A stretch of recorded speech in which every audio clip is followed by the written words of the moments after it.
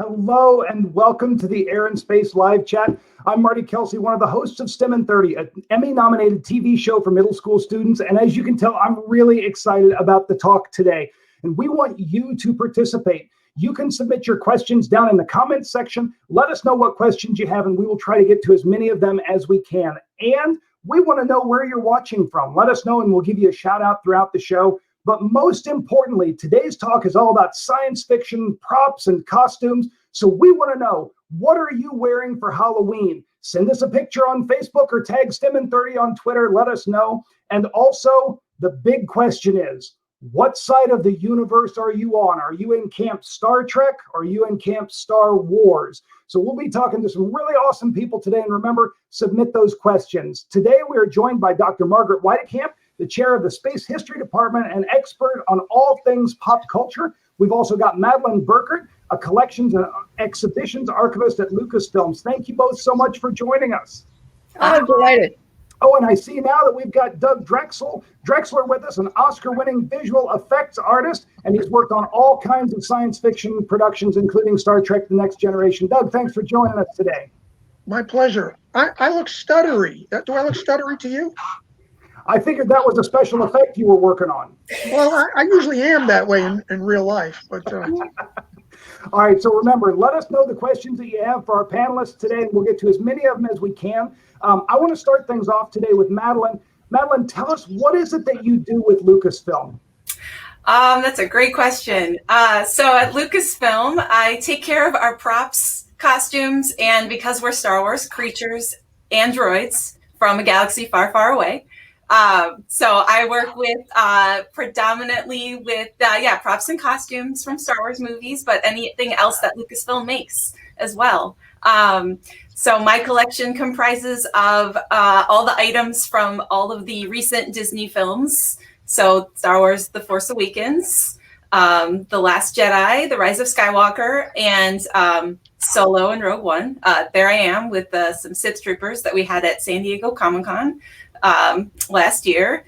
Here we are with some Mandalorian costumes. So as we all know, Mandalorian season 2 drops tomorrow. And so I'm also somebody who would be responsible for setting up this exact display of Mandalorian and Cara Dune costumes for fan events, for exhibitions at museums.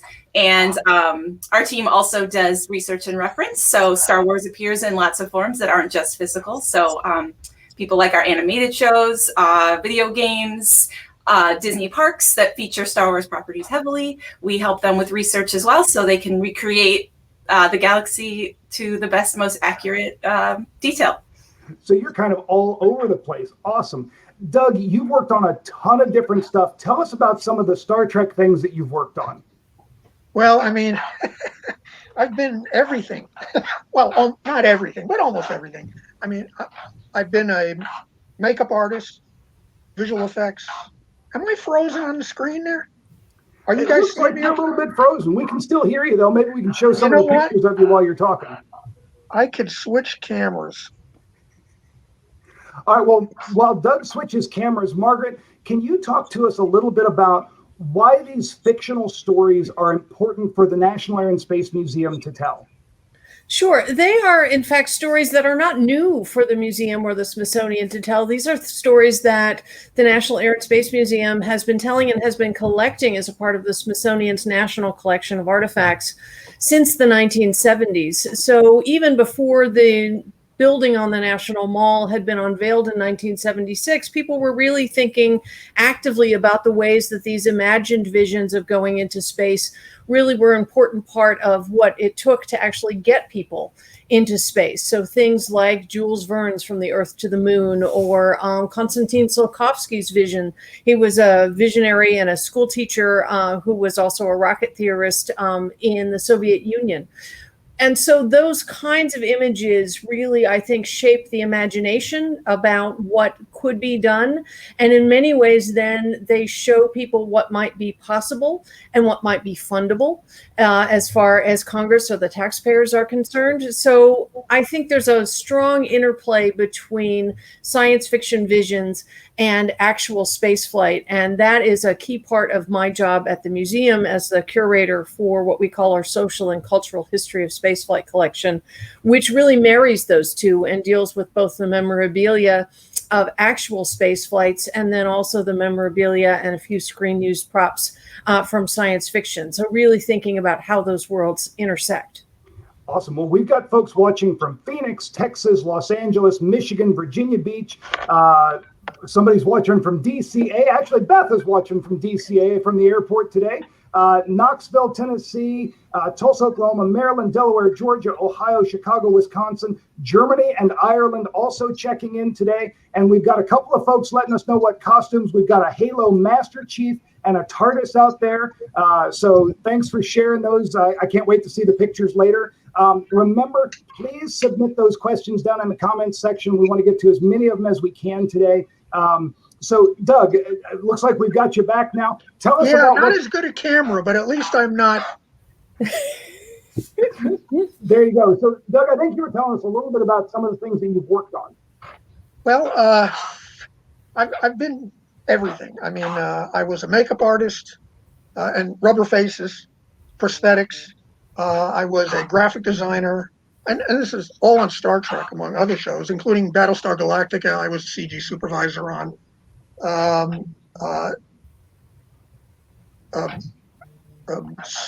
Illustrator. As far as Star Trek goes, you know, Margaret, you're so well spoken, and listen to me, just falling all over myself here. But I started on Star. I mean, I was a Star Trek kid. I grew up on Star Trek. I was there. That's my cameo on The Next Generation. I was there when the show premiered, watching it as a kid in 1966, and I really, you know, I've studied my whole life to be on Star Trek, so it's crazy. But I came out to Los Angeles. I was working on a movie with Warren Beatty called Dick Tracy, which had lots of rubber faces. And at that point, I had done makeup for about 14 years, and I really was ready to move on to something else. And Star Trek Next Generation was in its second season. So as soon as Dick Tracy was over, I went over to Mike Westmore, who was the makeup supervisor on the show, and I literally begged him to let me come work on Star Trek. And he thought I was crazy, but he brought me in, and I did makeup on Next Generation for 3 years. And at that point, I met Michael Kuda, who was a scenic art supervisor on the show. And I said, what do I have to do to get into because I was spending like untold hours on the Enterprise as a makeup artist. And those sets were so beautiful, so gorgeous. And I just studied the hell out of them. And I was so impressed by the graphics that Okuda had done that I just had to get involved with it. And he brought me in on Deep Space Nine. I remember he went to Herman Zimmerman, the production designer, and said, you know, he wanted to bring me in. And Herman was like, a makeup artist? But against his better judgment, he let me come to work on the show. I did graphics on Deep Space Nine for like 7 years after doing makeup for 3. At that point, you know, when you get into the way things work on a show like that is it's so close-knit. And any show that goes for any length of time, you get to know everybody on it. It becomes one big family. And if you're working in makeup, you get to meet everybody on stage. You know all the actors, you know the directors. Yeah, that's how I ended up in the art department. Once I was in the art department, back then, of course, now so much of it is computer generated. But when I started on Next Generation, they were still using physical models. And whenever one of the visual effects supervisors, like Gary Hutzel or Dan Curry, would run out of budget, they knew they could come to the art department, and that we had a room full of junk that we could just stick, you know, sewage strainers and, you know, colanders and put some lights on, spray paint it, put some Klingon logos on it. We'd have a Klingon space station. So that's really how I ended up moving to visual effects, because all those guys, they knew me, they needed something. And you know, we lived we lived to serve visual effects. And so I got to know Gary Hutzel really well. And when Gary went to do Battlestar Galactica, of course, I was on visual effects for Voyager for a couple of years. But once Enterprise ended, I came back to, see, I'm all this jumbled. Margaret, you're going to have to give me some pointers sometime. I ended up going, I was doing visual effects for Voyager, but ended up going back to Enterprise, where I was the designer of the NX Enterprise. And basically, that was like the year, it was like 1999 or 2000, and art departments were all pencils and paper and T-squares, and that's how everyone worked. The graphics people, we had the only computers in the department. We were considered pretty far out at that point. But I came back to the art department after visual effects as an illustrator. And this may have been one of the first times in an art department where somebody was using CG programs to design a ship, which is totally revolutionary. I mean, in the 90s, and even much later after that, everything was drawn with markers and pencils and pens and stuff like that. And, you know, if you want to change that or get a different view, that's a few days to do that. I could take a CG model of the Enterprise and I could show it to Herman, our production designer, in any kind of light that I want. I could spin it around. I could fly it by the camera. And then he got to go over to the producers with a VHS. Remember VHSs? And show them what things look like. So, and that's one of the challenges, Doug, then for the folks who are in the object business, right, is to think about, you know, you start to shift from having these physical models of the spaceships and other kinds of things to then, you know, the object work really moves from being kind of some of these big hero models, which then become digital. I can't put that on exhibit. But then you still have people like Madlyn. All you can put on exhibit is like a little jump drive. Yes. A little jump drive on a stand with a single spotlight on it, the Enterprise. So Madlyn, what are the kinds of things that are still really physical at Lucasfilm? So we do have, you know, a lot of practical creature costumes that I would say are some of our most interesting, and the biggest questions we get of, is that CGI or is that physical? Many of our creatures are true captured in camera physical creatures, same with a lot of our droids. Some of them that are assisted by CGI, so something that might need to be controlled physically as a puppet, and some mechanics might be visible to make it operate. Then our amazing friends over at Industrial Light and Magic will, you know, eliminate the green screen items that make that possible. So there sometimes is a collaboration between those as well. And then occasionally, even if the outcome that we see on screen is primarily or completely digitally created, we sometimes have things like lighting stand-ins or physical doubles or even reference models that physical departments build.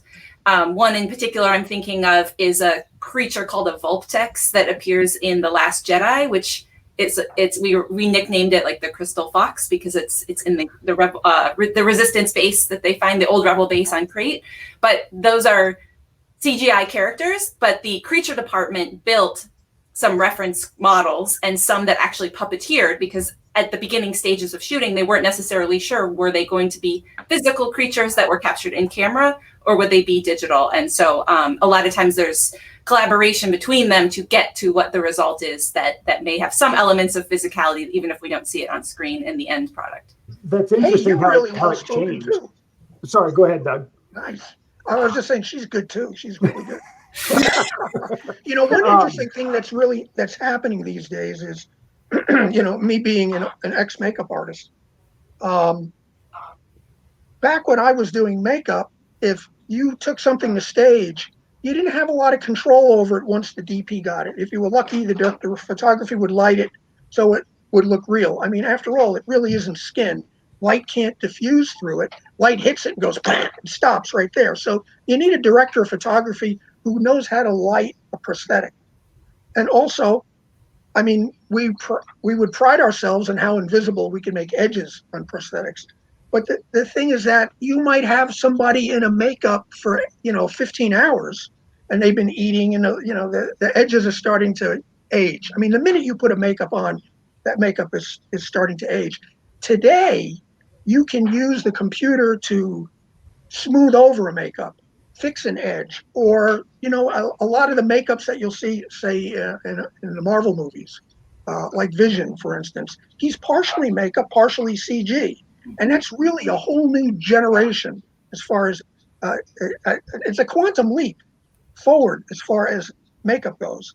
You don't have to settle for whatever you got on stage, which is the way it was when I was doing makeup. If it didn't look good that day, you were pretty much in trouble. Awesome. Well, we've got folks watching from Dallas, Houston, Maine, West Virginia, San Francisco, Montana, Illinois, New Jersey, Boston, Missouri, New York, and Philadelphia, as well as Nova Scotia. And I've got a question for all three of you. And Margaret, we'll start with you. Somebody wants to know what part of the set, and it could be Star Trek, Star Wars, would you like to see replicated in real life, maybe on the space station or a future space station or a future space mission? Ooh. So I think everybody wants a transporter, right? Like that's the tech that everybody wants, right? Even in this COVID moment when we're not commuting, I think we all can think back to times sitting on a train, sitting on a bridge, where you're just like, I want to be able to walk into a closet and pop out where I'm supposed to be. I still think I would probably be running late.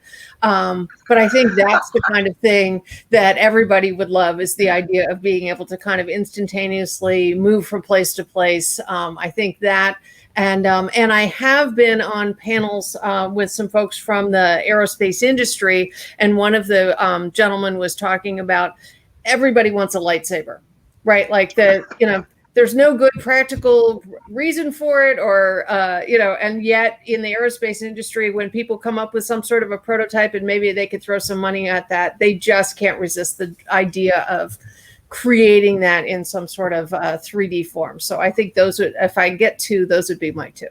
Madlyn, how about you? Well, my favorite set or piece from Star Wars of all time that is something where you could immerse yourself in it. My favorite thing of all time in Star Wars is probably Yoda and R2. But as far as places that you could be or things you could recreate, my favorite is the Millennium Falcon.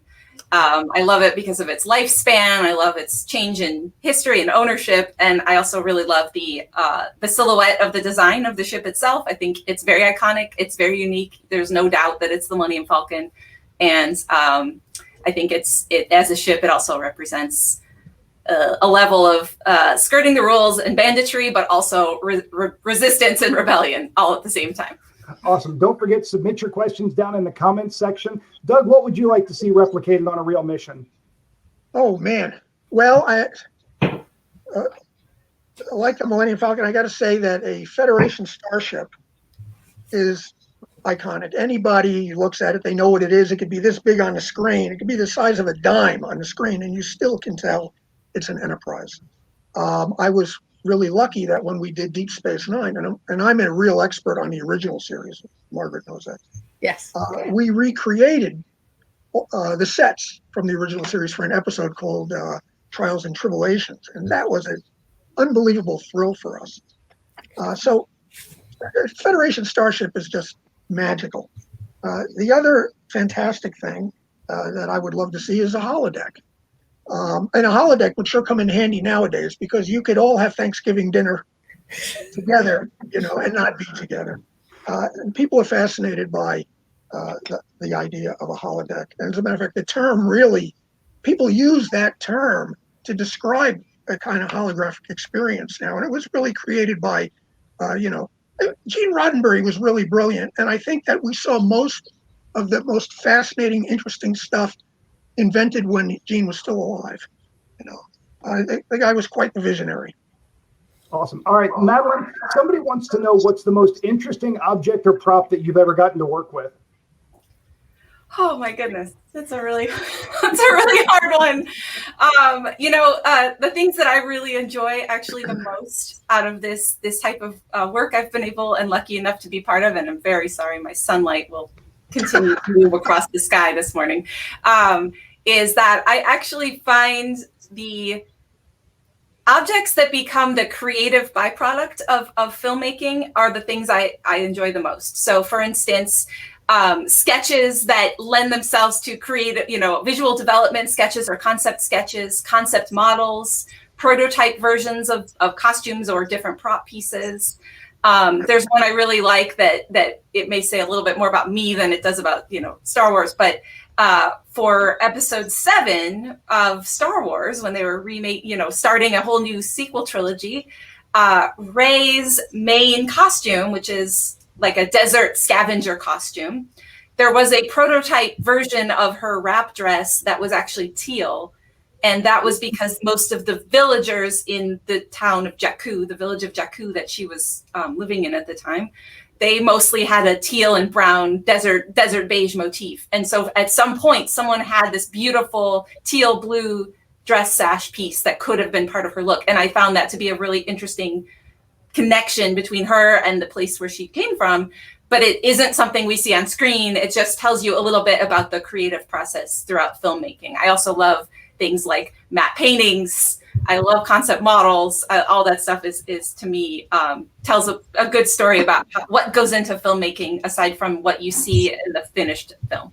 And Margaret, we can see that on the Enterprise in the museum, can't we? Very much so. And I have to say, I'm very ecumenical in this whole discussion.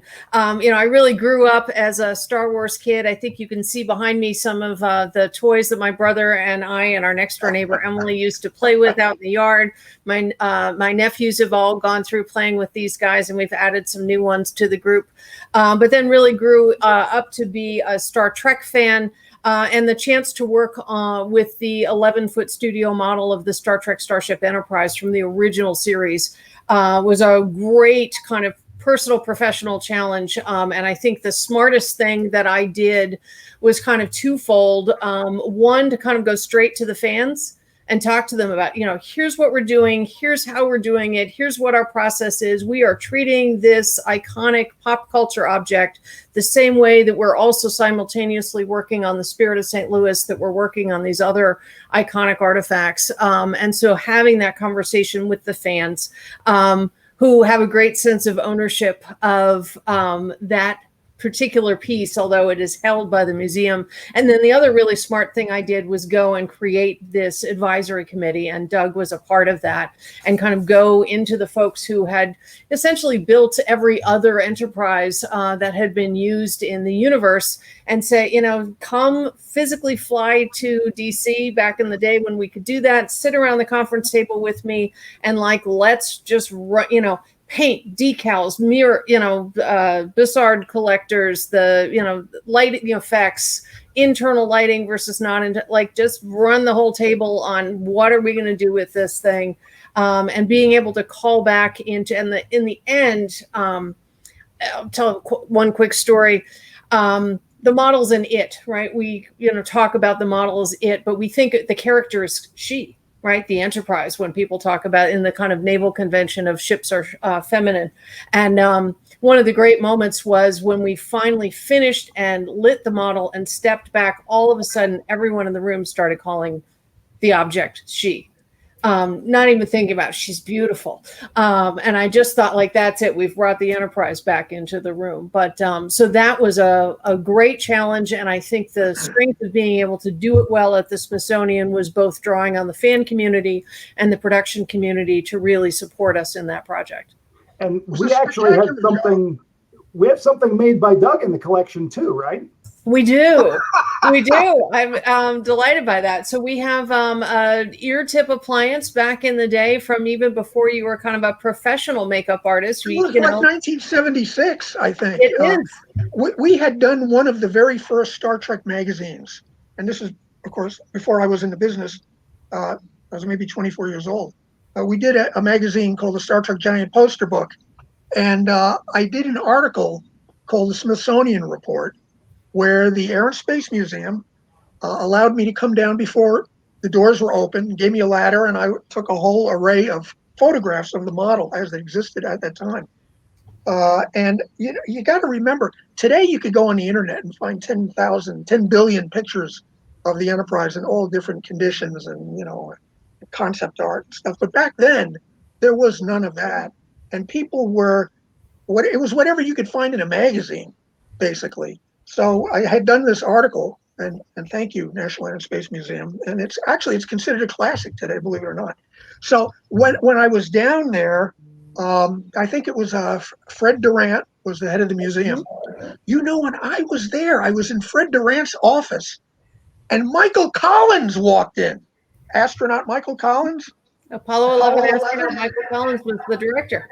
Oh my! I mean, I almost passed out. He was my favorite. He was my favorite astronaut because I remember as a kid, he would on the way back from the moon, he was doing like little science lessons and things, you know, and he just seemed to have a sense of humor, good sense of humor about him. And when he walked in the door, I almost keeled over. It was amazing. But yeah, so when we went down, we brought.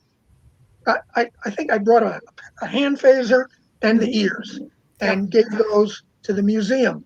Little did I know, I mean, it was about a year ago, Margaret says, "Look what I found."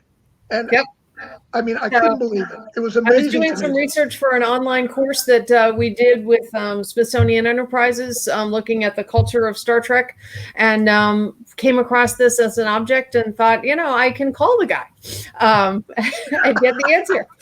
I couldn't believe it. That's awesome. All right, we've got another question that's come in. And Madlyn, I want to start with you on this one. And the rest of you, feel free to weigh in, because somebody asked, since Star Trek and Star Wars both have timelines with sequels and prequels now, do you design and repair old props, or is everything brand new when you put it into a production? Good question. Yeah, so in terms of that, that's a great question. So when you're thinking about something like the practical shooting models that were built for the original Star Wars trilogy in 1977 through 83, those are now museum artifacts. So those belong to the Lucas Museum of Narrative Art. I briefly worked there before I came to this current position, but they much like the Air and Space Museum at the Smithsonian, they care for those ship models with that utmost care. They also have a similar approach when it comes to, if there is work that needs to be done on a ship model, we want to restore it to its state in which you would have seen it in the film, but not too nice and not too clean, because Star Wars is a gritty, dirty galaxy. So when it comes to our newer films, we are rebuilding and building completely new artifacts in order to use them for shooting. So for instance, Stormtroopers. We have a whole new way of building Stormtroopers now that I would say are robust. They last a long time. There's a bit more of a comfort element to it. I wouldn't say they're comfortable, but there's definitely some improvements in terms of how these costumes are worn. This photo that we're taking a look at here, this is from an exhibit that we did for several fan conventions that was called The History of Stormtroopers. So there was a very large audio video component with a lot of different input from a lot of different creatives at Lucasfilm to talk a little bit about the design process for Stormtroopers, but also about sort of their historical legacy. And this was also an exhibition where we could reveal some new Stormtrooper designs for our more recent film. So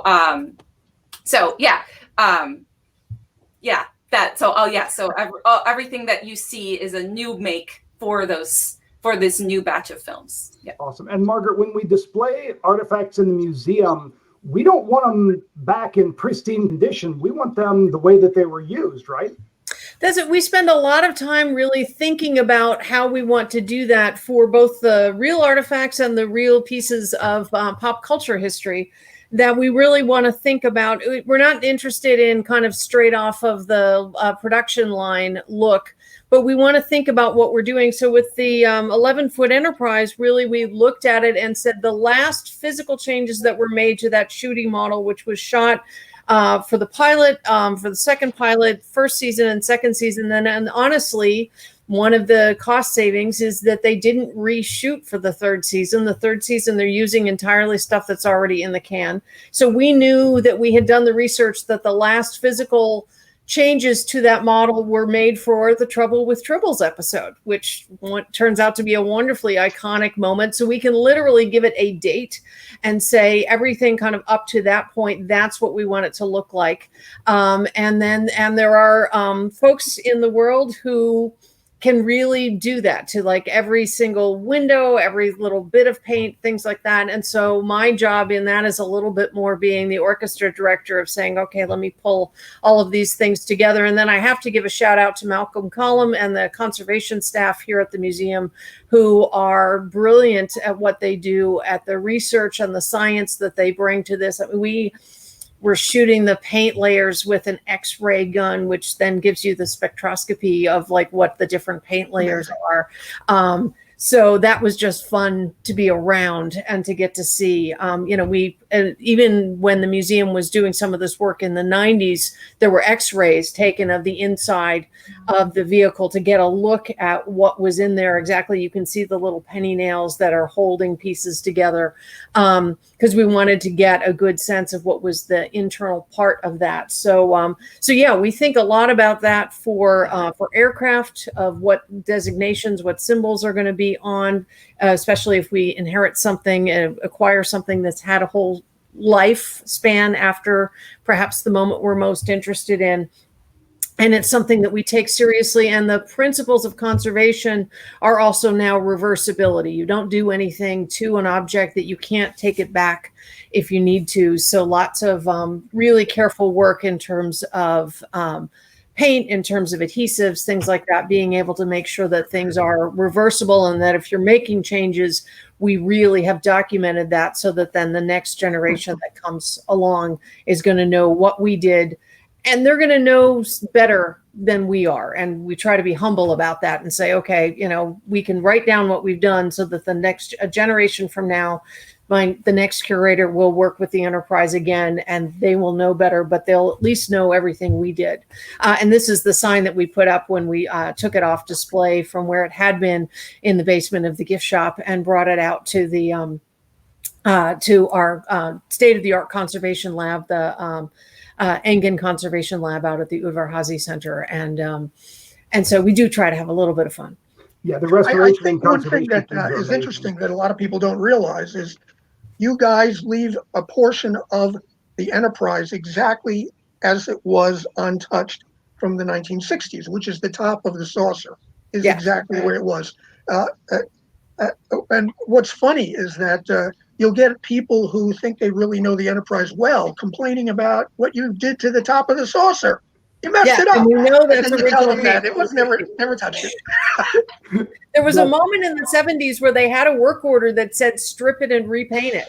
Woo! And mercifully, someone in the shop or somewhere along the line, I think honestly, probably what happened is they didn't have the time in the schedule to do that. And so they went with the kind of quick fix up, and it's a good thing, because in the end, then we have original paint that we can go back to. Wow. The latest restoration is impeccable. And I mean, it's amazing. We've got engineering students at Stockdale High School in Bakersfield, California watching today. Thank you all for tuning in, as well as folks from Richmond, Virginia, Utah, Pakistan, and Scotland all tuning in. So thank you all so much. Oh, and I also see here that we have somebody from Tatooine tuning in. So thank you for watching. That kind of makes my day right there. We've got a few minutes left. Put those questions down in the comments section. Doug, somebody wants to know, and I want to ask this to kind of everybody. Do you have a favorite alien race that you worked on? Favorite alien race? Well, yeah. There's so many that I really love, but I have to say that I probably had the most fun with the Klingons. And I made a lot of Klingons in my time. I mean, there'd be days where we'd have like 30 Klingons. And you just have to knock them out. But from time to time, I would get somebody who was going to be a Klingon who was a lead in an episode, someone who had an important part. And I know this sounds strange to people who love Star Trek, but we get actors in who really had never seen a Klingon before. And the beauty of being a makeup artist, that kind of a makeup artist, a character makeup artist, I don't mean beauty makeup, I mean character makeup, is that you will build a character with an actor. While I'm doing a makeup on someone, we're talking about what this guy had for dinner, maybe his significant other gave him a really hard time, or, I'm being silly here, but that really is true. We'll discuss who we think this guy is. I mean, we had a character on Deep Space Nine, mostly on Deep Space Nine, but we met him on The Next Generation. God, I can't remember the actor's name, I'm sure someone out there will. Gowron was a Klingon who I was there for the first time that he was Gowron. And there was one moment where he bulges his eyes and he looked, after the scene, I was like, listen, do that. You look like a thermometer about to pop. It's really, and so he adapted that as something that he did all the time. His eyes always looked like they were going to spring out of his head. And it was, a trademark for him. But that's the wonderful thing is, we had one guy, he had never seen Star Trek before, and he just wasn't sure how to approach it. I don't think that like I said, some of them have never even seen a Klingon. What I would always tell the Klingons is that you've seen the Ten Commandments, right, with Charlton Heston. That style of the Ten Commandments, that larger than life quality that the characters have, you can't go too big. They're operatic. Just push it as far as you can, and you'll be a great Klingon. And that works every time. That's awesome. Madlyn, do you have a favorite Star Wars character, creature? Yeah, as far as creatures go, the creature that probably is most dear to my heart is Yoda.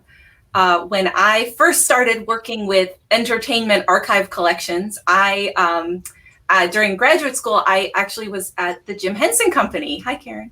And I worked in the archives there. And I then, when I went over to Lucasfilm, I realized what amazing overlap there was in the Henson and Lucas worlds in terms of the puppets and the creatures.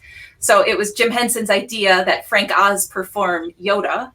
The supporting puppeteers like Kathy Mullen were also Henson creature and puppeteers, and the fabricators of Yoda as well, like Wendy Meidner Froud, were also Henson puppet builders. And so I was really excited when I went over to Lucas that there was so much that I already knew about, was already really excited about. And I am a huge Henson fan and Muppet fan. So to be able to continue that legacy a little bit in this galaxy is really fun for me. That's awesome. That actually answers another question that we had coming in. Madlyn, tell us about the helmet that's behind you.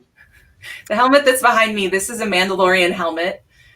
This is, we see the Mandalorian in many different stages throughout his journey. And so this is the earliest stage of the Mandalorian helmet that we see in the beginning of season 1. Nice. And Doug, I'm a little disappointed we haven't seen a parrot yet.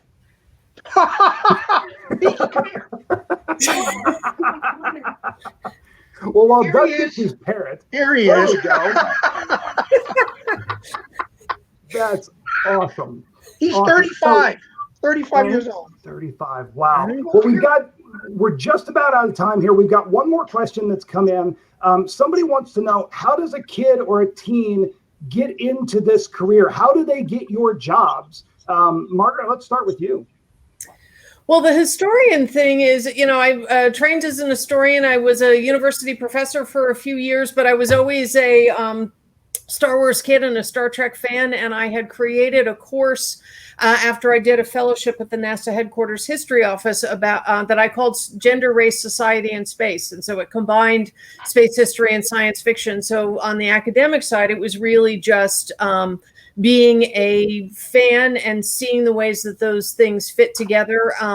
And then other people, I think, saw the merit in that. And it was a nice thing when I was able to interview at the Smithsonian to be able to say I had actually spent a few years professionally thinking about, as a scholar, thinking about both Star Wars and Star Trek. So that made a big difference. But I love when I'm researching, looking at the ways that people really just start, but, James Cameron was, watched 2001: A Space Odyssey and went home and just tried to how do I build, kept going to see the movie and then coming home and trying to build the models in his basement.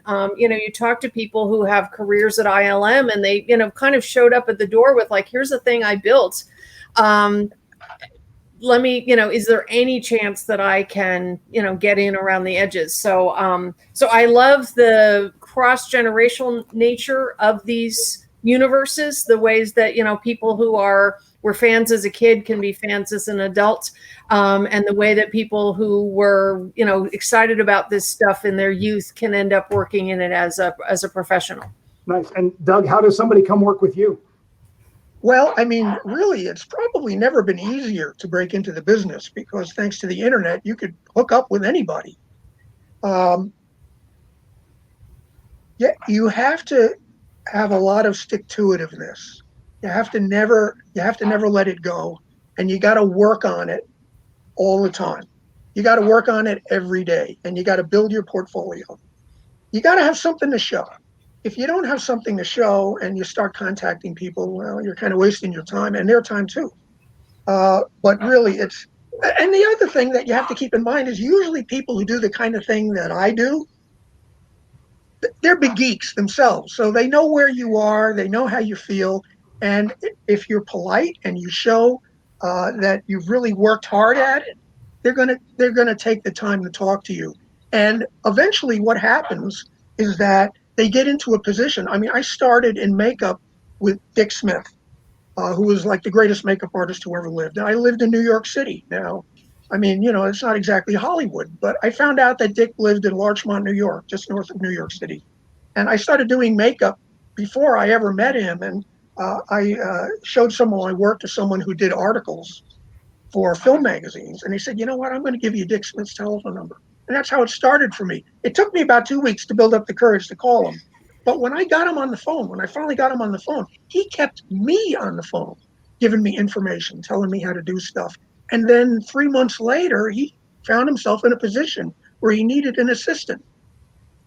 It's amazing how those little connections. Yeah, so the first job I was on was it was a Tony Scott movie called The Hunger. It was like one of the first new wave vampire flicks. It had David Bowie and Catherine Deneuve in it, and it was a college of prosthetic knowledge for me. And that was the beginning of my career. But the main thing is believe in yourself.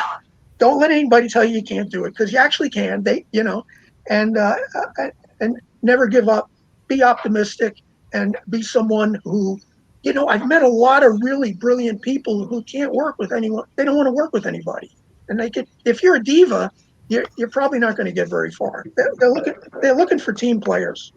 Nice. Madlyn, how about you? How do we come work at Lucasfilm?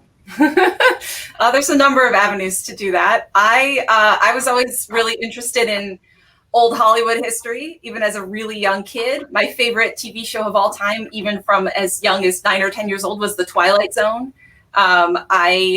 I started taping and cataloging a tape collection of I Love Lucy episodes when I was 10 years old.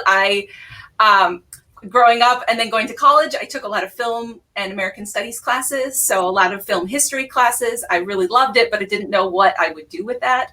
I ended up going to be a high school teacher for a while. And when I was teaching, my favorite days of teaching were always the days where we got to learn about popular culture throughout the history of the United States specifically. And so when I started grad school, I was still teaching at the time, but I started grad school for library science. And so library science lends itself well to all kinds of archive related fields and a lot of information management related fields. And that's when I stumbled into Henson at the time. And that kind of continued my journey through entertainment.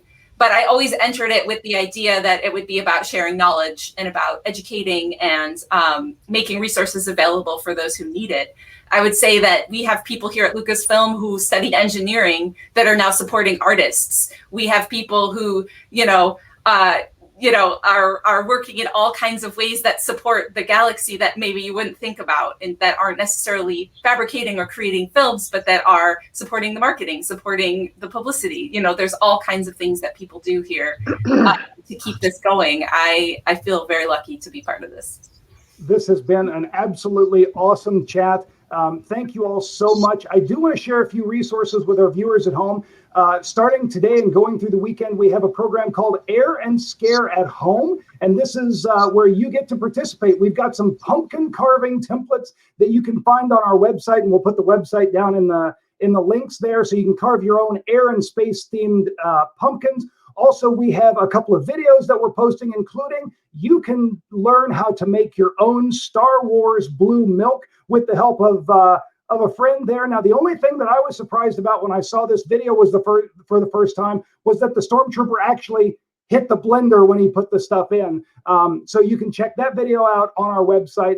Also, we want to remind everybody that next week we have a brand new episode of STEM in 30 coming out. It's all about the International Space Station and the 20th anniversary of continuous human presence on the station. We hope that you can check that out. That'll come out Thursday at 1 o'clock.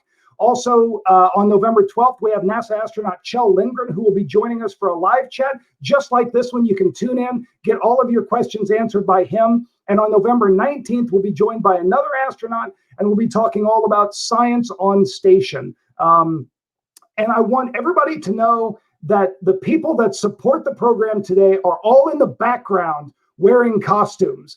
If you follow STEM in 30 on social media, we will be posting a picture of that later today. They are all dressed up. And I want everybody to remember that no matter what you dress up as or what you go as, it doesn't matter as long as you enjoy it.